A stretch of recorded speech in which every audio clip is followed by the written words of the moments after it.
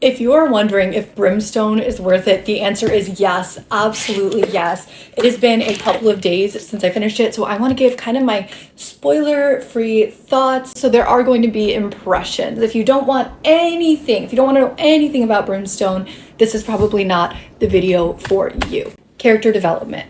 Kingfisher and Carrion, their development in this novel to me was unparalleled. This was a busy book in terms of the plot. There is a lot going on. There's a lot of action. However, the action is very much kind of threaded by small, intimate, sweet moments that really keep you invested in the characters, in their interpersonal relationships with each other. So let's back up a little bit. Right from the prologue, from the beginning, when Kingfisher goes after Onyx, we can already tell, he says like, yes, I have to do this for Saris, but we can see that he also is developing this bond with Onyx. Now, there were times when Kingfisher, did dismiss Carrion, and Carrion started to really speak up for himself. And this is where I think the character development in terms of Carrion is truly unparalleled, and I cannot wait for Carrion's spin-off novel, because we do see him as this kind of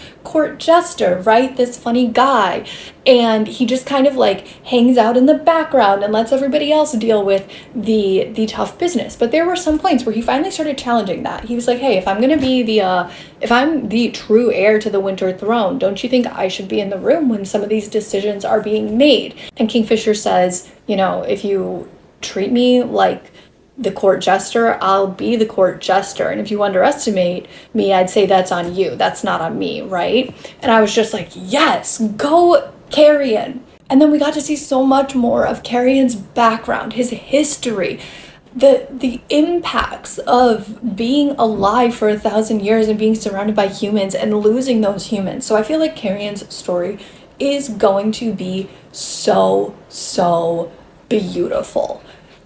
And honestly, very healing for a lot of people. That being said, I also think that there's a high potential for Danya to be a very prominent figure in Carrion's spin-off novel. And it's almost giving me Nesta vibes, because Danya is very standoffish. She's kind of rude. She's mean, right? But I do think that we are going to see a much softer side to her.